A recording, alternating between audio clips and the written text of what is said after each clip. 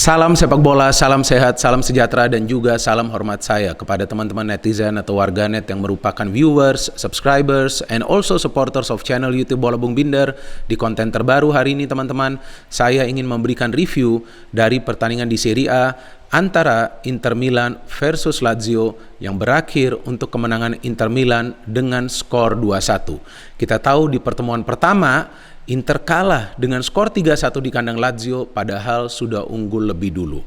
Terlihat di pertandingan dini hari tadi, para pemain Inter bermain kolektif. Hampir semua pemain terlibat dalam urusan membangun serangan dan hampir semua pemain terlibat dalam urusan bertahan. Dan memang para pemain dari Lazio juga bisa merepotkan para pemain Inter yang berada di lini pertahanan. Tapi teman-teman bisa melihat bahwa sulit bagi mereka untuk bisa menciptakan peluang yang berbahaya. Kenapa seperti itu? Karena tekanan yang luar biasa dari para pemain Inter yang bukan saja berada di lini pertahanan, tetapi juga di lini tengah. Bagaimana caranya Lazio bisa membongkar pertahanan dari Inter?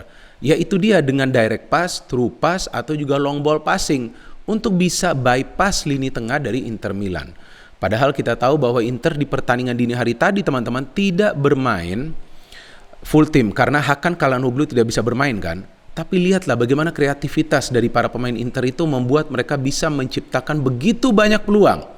Bahkan menurut saya seharusnya Inter itu bisa menang dengan skor 4 atau 5-1. Ya tapi bisa menang dan mendapatkan 3 poin juga sudah sangat penting, ya kan? Apalagi AC Milan menang lagi kan di pertandingan kemarin malam lawan Venezia ya dengan skor 0-3. Ya saya tidak nonton pertandingan Milan karena saya persiapan untuk siaran pertandingan Liga 1 antara Bayangkara FC versus Arema FC. Jadi saya sempat nonton juga pertandingan Inter Milan. Saya kira bahwa pertandingan ini akan berakhir dengan hasil imbang karena Lazio juga bukanlah tim papan bawah dan kita tahu bahwa sejak dilatih oleh Sarri memang tim ini banyak bisa mencetak gol. Cuma satu masalah di Lazio adalah dalam urusan bertahan teman-teman. Tampak jelas pada saat mereka sudah keluar menyerang untuk recover, untuk kembali ke belakang itu sedikit lamban.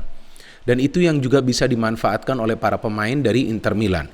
Dan Simone Inzaghi membuktikan bahwa setelah kehilangan dua pemain intinya dari musim lalu, yaitu Lukaku dan juga Hakimi, ternyata Inter bermainnya lebih menggila lagi teman-teman musim ini. Sulit bagi para pemain tim lawan itu untuk mengawal satu atau dua pemain Inter. Karena pemain manapun bisa mencetak gol. Buktinya apa? Sudah total 16 pemain dari Inter Milan yang memberikan kontribusi dalam urusan mencetak gol. Sudah total 51 gol yang dihasilkan Inter Milan setelah pertandingan lawan Lazio. Wow, luar biasa. Ini rekor yang mengesankan teman-teman tentunya. Karena baru di pertengahan musim, Lazio sudah mencetak 51 Inter sudah mencetak 51 gol. Ya, jadi memang tampak jelas bahwa permainan kolektif dari Inzaghi mengandalkan strategi menyerang. Jadi bermain kolektif itu tidak hanya dalam urusan melakukan counter attack atau juga bermain compact football teman-teman. Tapi ketika menyerang terlihat para pemain Inter bermain secara Spartan. Jadi menyerangnya itu bukan saja memanfaatkan lebar lapangan tapi juga bermain dari tengah. Beberapa kali para pemain Inter bisa memberikan through pass yang membuka pertahanan dari Lazio dan berkali-kali mereka menciptakan peluang. Oke, saya ingin menginformasikan dulu kepada teman-teman line up dari kedua tim. Triple B selalu memberikan informasi dari line up teman-teman. Sangat penting. Jadi kita tahu pemain mana yang absen, pemain mana yang tidak main di pertandingan ini. Oke, from Inter Milan kita lihat ada Samir Handanovic, ada Skriniar, De Vrij, ada Bastoni. Ini 3 pemain belakang ya yang kita lihat punya kemampuan yang sama untuk mencetak gol ya teman-teman ya. De Vrij, kemudian Skriniar, mereka juga duel-duel di udara nih lebih sering menang, tapi memang De Vrij belum mencetak gol sejauh ini di Serie A.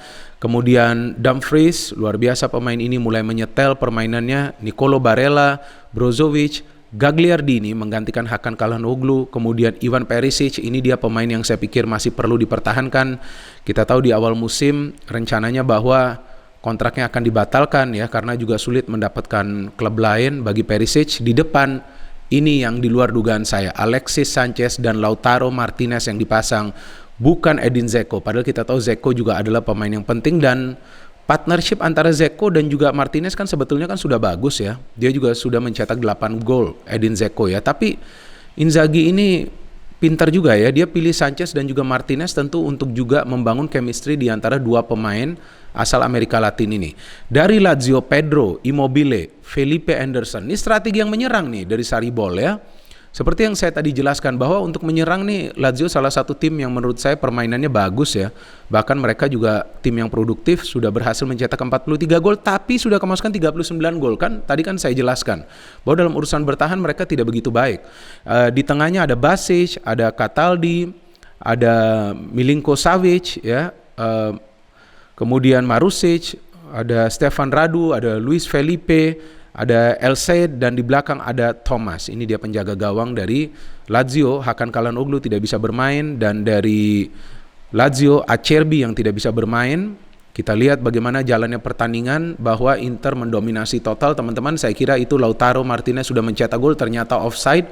Ya secara kasat mata sih saya tidak melihat ya Martinez berada dalam posisi offside, tapi ya karena ada VAR cek dan review, ternyata ya hanya beberapa senti lah ya kakinya itu berada dalam zona offside. Yaitu dia VAR kadang-kadang menjengkelkan juga, padahal itu adalah setup play yang cukup rapi ya. Jika saya tidak salah tuh Barella yang memberikan umpan, dan dari cara permainan Inter terlihat teman-teman bahwa para pemain itu memanfaatkan lebar lapangan di menit-menit awal. Karena baik Dumfries dan juga Perisic itu terus memberikan crossing. Dan pemain-pemain lain yang di tengah juga backup pergerakan dari Perisic dan juga dari Dumfries. Siapa pemain-pemain tersebut? Barella dan juga Brozovic plus Alexis Sanchez yang saya perhatikan tuh turun ke belakang, turun ke second line untuk bisa membantu serangan juga. Karena terlihat beberapa kali interchange passing antara Sanchez dan juga pemain lainnya dari tengah bisa menciptakan peluang untuk Inter, dan akhirnya Inter mencetak gol. Peran dari Alexis Sanchez yang mengambil sepak pojok, dan kita lihat bahwa di tepi kotak penalti ada Bastoni. What a goal, dengan kaki kirinya cukup keras tendangannya.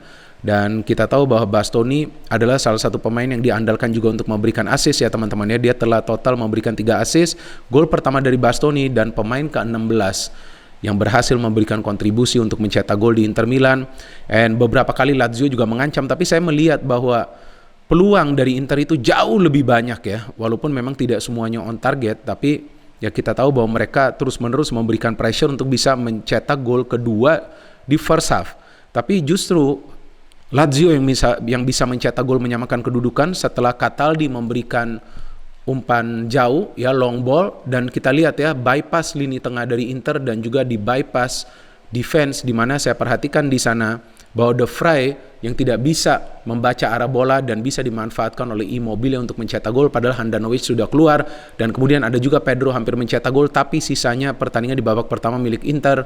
Kita lihat bahwa Martinez juga seharusnya sudah mencetak gol ketika tendangannya itu bisa ditepis oleh Thomas sebelum gol dari Inter Milan. Memasuki babak kedua, ternyata kita lihat bahwa Inter tidak ya memberikan peluang kepada para pemain Lazio untuk membangun serangan. Terus di-press itu di tengah teman-teman.